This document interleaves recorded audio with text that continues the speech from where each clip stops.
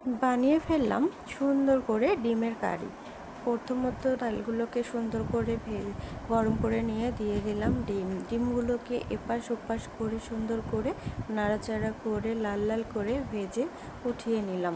তারপরে রসুন আর পেঁয়াজগুলোকে বাটাগুলোকে দিয়ে সুন্দর করে নাড়াচাড়া করে পেস্তার মতো করে নিয়ে তারপরে দিয়ে দিলাম লবণ, শুকনো মরিচ গুঁড়ো, হলুদ গুঁড়ো, জিরা গুঁড়ো